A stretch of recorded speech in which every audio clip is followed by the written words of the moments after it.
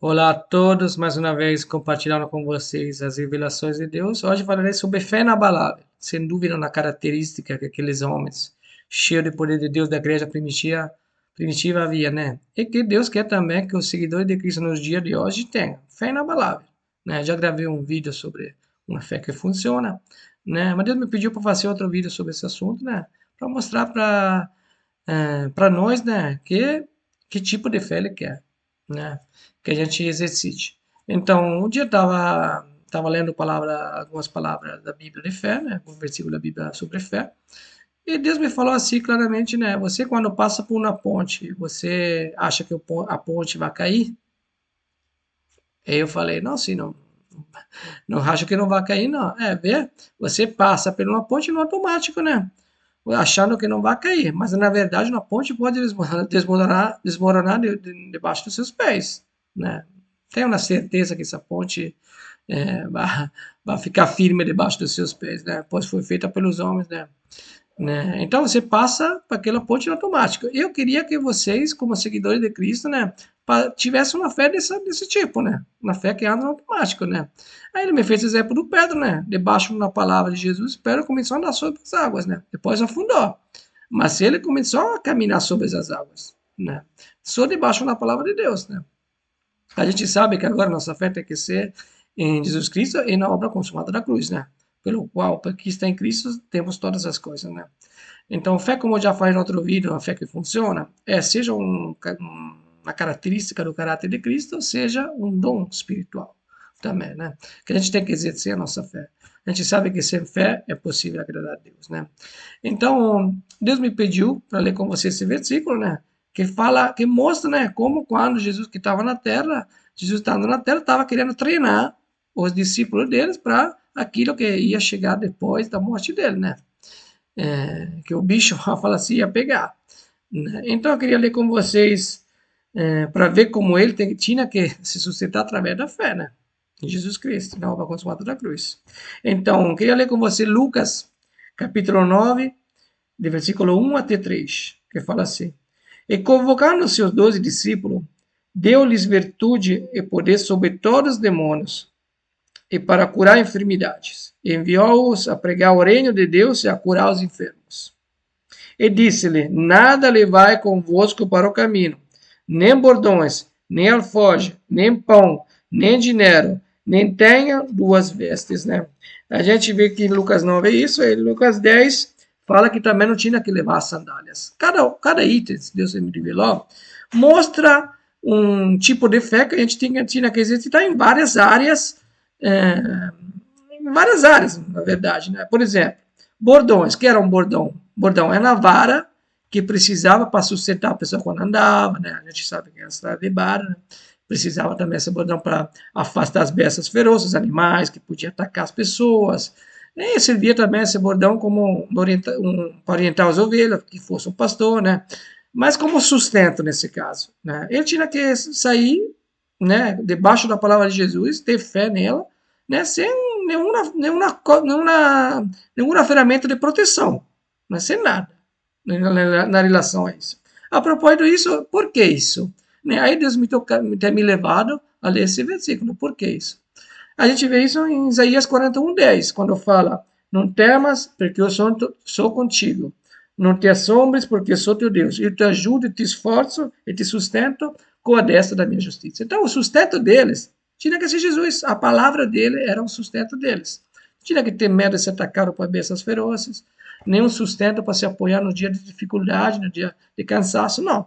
Tinha que confiar plenamente em Jesus, nas palavras de Jesus. Tinha que ter fé nisso, que Deus ia sustentar ele, né? Nessa jornada, né? Aí vamos a ver o que era alforje, né? Alforje era a bolsa de mantimento, né? Não tinha que levar nada para comer. Fala pão também, né? Nem na mão, nem na bolsa, não tinha que levar nada de mantimento. A provisão que ele ia ter nessa jornada ia vir do céu, né?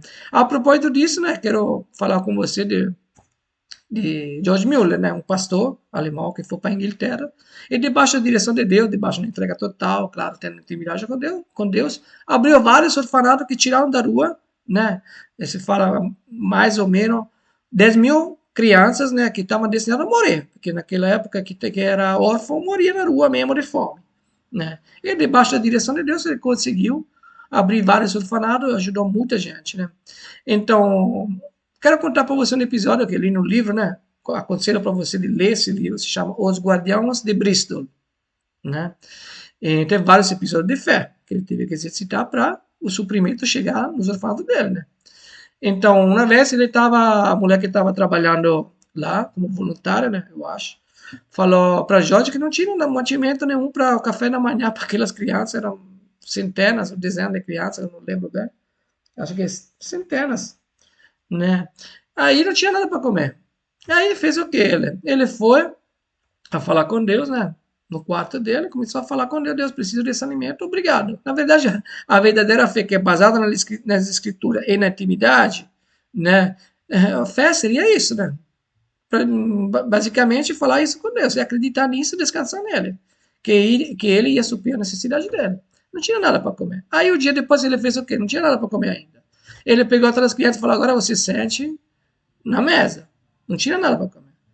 Aí aconteceu que depois, pouquíssimo tempo, chegou, bateram na porta do portão do orfanato, era um funcionário do Palácio Real da Rainha Elizabeth, né, que enviou um monte de pães lá para lá o orfanato. Por quê? Porque o padeiro tinha queimado levemente os pães, né? E a gente sabe que a Rainha Elizabeth tinha muitas funcionários para o palácio dela, né? Aí ele falou o quê? Resolveu fazer o quê? A rainha? Mandar tudo para o orfanato.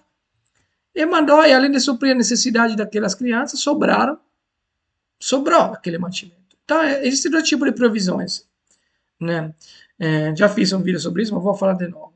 Provisão que vem da terra, não provisão que vem do céu. Tá? A provisão que vem da terra, você rala para caramba, trabalha para conseguir ter algo, né? Estou falando que isso é gerado, né?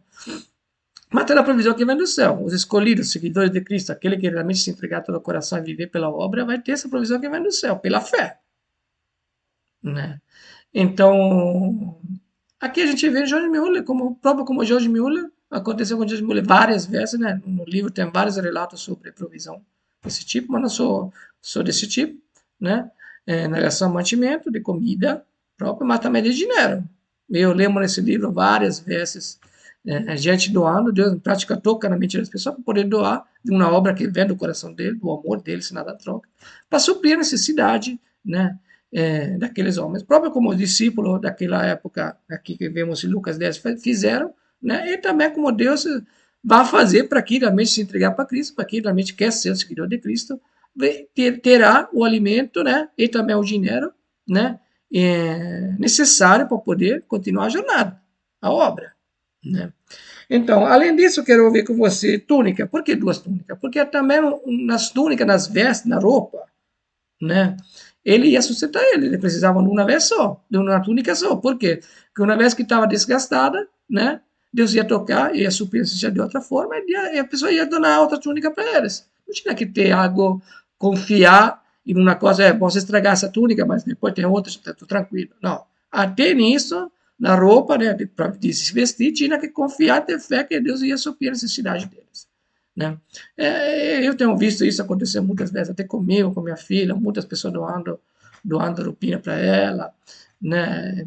Nunca faltou nada, sempre sobrou muita coisa, até para doar para outras pessoas. Às vezes coisa nova, às vezes coisa usada, mas para mim tanto faz, não me importa com isso, né? Mas sempre roupa boa, né? Então Deus supre por quê? Porque eu estou fazendo o que Deus quer que eu faça, né? Eu sei que estou fazendo, através da intimidade você vai saber, né? Intimidade profunda com Deus, vai saber o que Ele quer que você faça. E fazendo isso, Ele vai suprir a sua necessidade.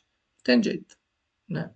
Isso por enquanto agora, mas depois de um projeto também futuro, que Deus está me falando que acontecerá, eu vou ter que exercitar minha fé nisso, né?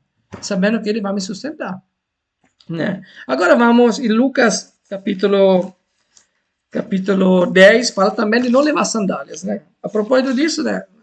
Tem um pedido a Deus, por que sem sandália? Como era possível que o Senhor falou de não levar nem sandálias, né? Naquela estrada cheia de barro, né? Naquela época, nem sandália. E Deus tem me falado que isso é um senso figurativo, né?